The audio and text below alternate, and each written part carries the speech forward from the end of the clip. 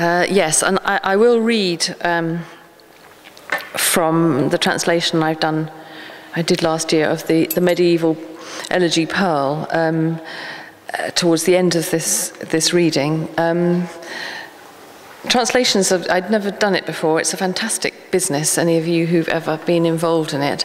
And I'm very proud to say, after being jealous for years of all those poets who could say, and their work's been translated into 20 languages, that my work's been translated into Russian. Unfortunately, I'm not able to read it, of course. I mean, I can't read the script in the book, but I went over to Moscow as part of a reading involved with that, and I was delighted to hear the Russian translators talk about how they thought contemporary British poetry wasn't really poetry at all, because most of it didn't rhyme. So they'd done us all the favour of putting all our non-rhyming poems into strict rhyme and metre for us, saving us the trouble. So that was great news. That trip to Moscow was strange. I don't know if any of you have been to Moscow recently. It's a pretty extraordinary place. It's got a pretty extraordinary atmosphere. Later that day, I retired to my wonderful hotel room in a high-rise hotel. Huge moon hung up above the city, coming right into the room.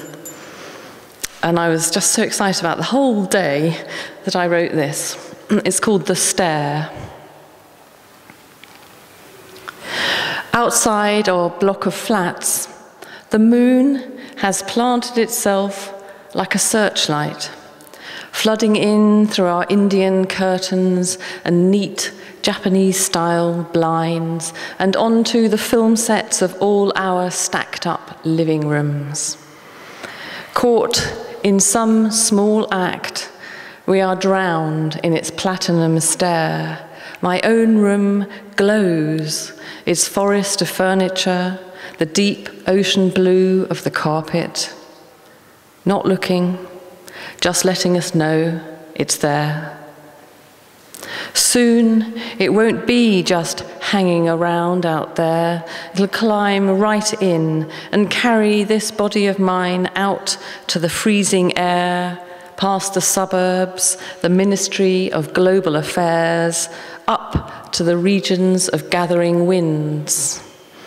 It'll be like a giant's delicate hand. It'll be like a winged horse ride. It'll be like a police searchlight. And that does rhyme. So there. Some friends of ours came out of the blue to see us. They'd come from Nigeria. We hadn't seen them for about 20 years. They knocked on our door. They said, "Hi, your front door's supposed to be pink." So we said, "Hello, hi, come on in, what do you mean?" And they said, "Well, we looked you up on Street View, and your front door's supposed to be pink. We've been looking for a pink front door," which we'd, painted blue. So Street View. I think that should have a sort of, one of those trademark little C, Google Street View. Anyway, Street View. That's really something. To see our old blue car again outside the gate, the lilac still standing, the date watermarked on the side of the shed. There's nobody on that train. There's nobody on that train. It's eerily silent. Setting or aftermath, everyone's staying indoors. That or the cameraman held down the trigger so long people just disappeared on the street. I'd like to know, are you in that tunnel? Like Marion, 40, caught on her way to the shops, taken up into vapor and cloud, or the boy with the head of a horse stood by the tennis courts waiting. I'd like to know which animal spoke to me. Almost transmuted already, his mane like a fire of gold, head bowed, hands in his pockets. Blue's not a colour. That boy is the one they are looking for, the gods coming down our streets at dawn.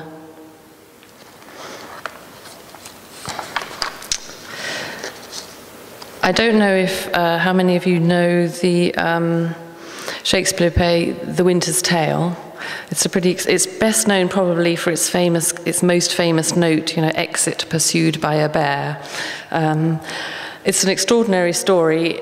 It's the tale, really, of Hermione, the Queen, who, within only a few minutes of the opening of the play, has apparently lost both her children, her new baby and her son, has been banished by her jealous husband, has apparently died herself. That's just the beginning. It does get better. I just think it's an extraordinary opening to a play. I mean, what more could you do to a woman, to a mother? It's fantastically dramatic, extraordinary, risky opening to a play. So this is a poem called Lost. At one point, Hermione says, "My father was the Emperor of Russia, if he could see me now." Lost. Sleep is a Russian winter where you are a girl again, lost, so it seems, like everything, and turned to stone. Only your foundling heart still stirs. Better, perhaps, to have been born a tree, to live on summer after summer, leaves and branches shifting like a child's hair lifted in the wind. The wonder is, the waking world is so much like the dream. All's pale, blank silence, though across the sheets of snow you hear them call, "Astonish us," they say. "Astonish us again today."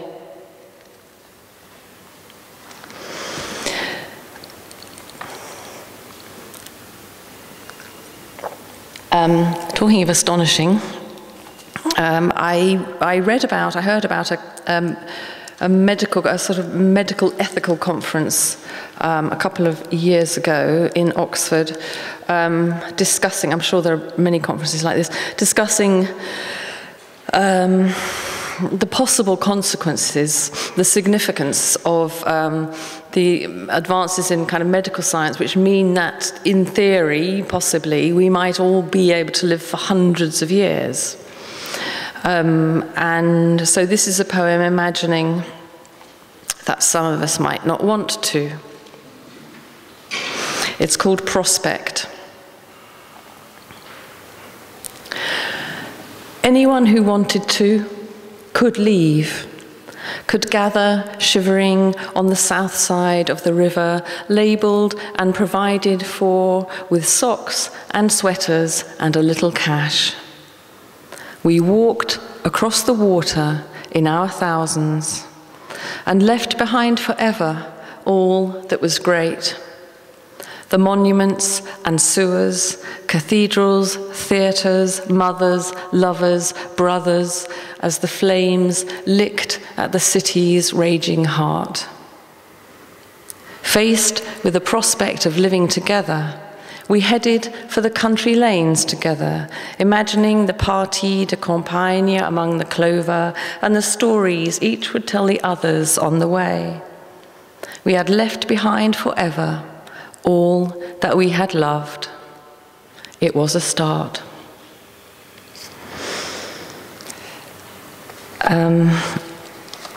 I'm going to read one more poem, and this is purely sentimental bit of reading here. My eldest daughter used to live not far from where we are now. But this is a poem I wrote for her the day she passed her driving test and drove off to the pub over the other side of the hill in my car. You laugh. My second daughter's about to take her test. And I think I'm going to sell my car. Right, pass. For Holly. We calculate you're 2 corners away by now. First time alone in the car, navigating through the 12 big houses at the edge of town, the fallow field where once in a blue moon a spring appears like a flying fish at sea. The winter nights as clear as cooling glass. But you accelerate away from us too fast to see the stars, the arrows on the ground. Your music steers you on a sail of sound. You are on fire. Your hands are Mercury, your heart and eyes the sun. You plough the top road like a submarine. We try in vain to visualize your course, the unlit shipping lanes, the shoals of stars. We cannot see you now. Okay, I'll just read to close from this translation that I did a couple of years ago of the medieval poem Pearl, 14th century poem, which is a sort of sister poem in the same manuscript to Sir Gawain and the Green Knight, much better known poem, and presumed to be by the same poet. It's an elegy. It's an elegy for an infant child, an infant daughter, the Pearl, the lost Pearl, in which the poet grieves for his lost Pearl and falls asleep and dreams of her. Dreams of seeing her across a river. I'm just going to read a few extracts from the opening sections. It's in 20 sections. It's an absolutely beautiful poem. This is how it starts. One thing I know for certain, that she was peerless, Pearl who would have added light to any prince's life, however bright with gold. None could touch the way she shone in any light, so smooth, so small. She was a jewel above all others. So pity me the day I lost her in this garden where she fell beneath the grass into the earth. I stand bereft, struck to the heart with love and loss, my spotless Pearl. I've gazed 100 times at the place she left me, grieving for that gift which swept away all shadow, that face which was the antidote to sorrow.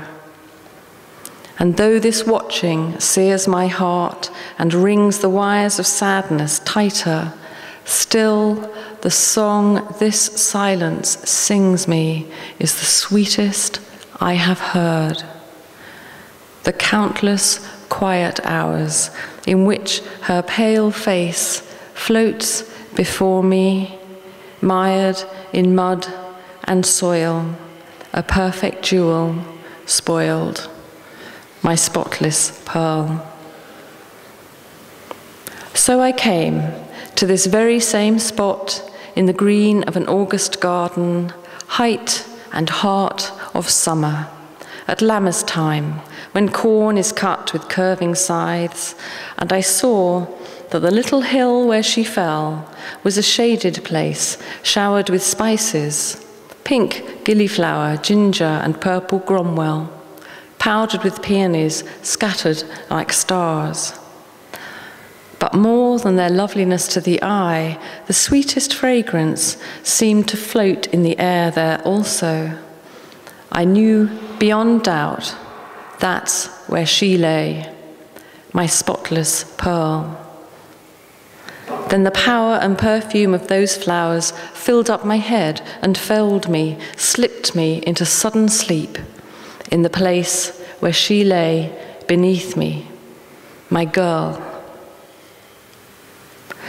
In a while, My spirit left the place where my body slept and dreamed below, and by the grace of God began on a journey to a landscape of marvels. The hillsides around were radiant. Cliffs formed from crystal, as clear as morning, towered over trees with trunks of a blue that was deeper and bluer even than indigo, thick with shivering foliage that slid and shifted like high-polished silver or ice. The woodland rang with the rush and ring of birds of a feather the colour of flame flew together. As if transported, I walked without stopping. No slope was too steep or hillside too high, till I reached the curving shore of a river. How radiantly, my God, it flowed. Brightest of all were its banks, blazing with rays of beryl, a channel of light where echoing water circled and swirled in an eddying flood that was almost like words. Then the longing took hold of me. More than my life, I ached to be over that river. If the meadows I stood in now were dazzling, the far side was doubly so. I wondered what there could be to fear with the hope of happiness so near. Then something new occurred that stirred my whirling mind still more. One more marvel awaited me. On the farther side of that fast-running stream, a cliff made entirely of crystal gleamed like a sun with numberless rays of light.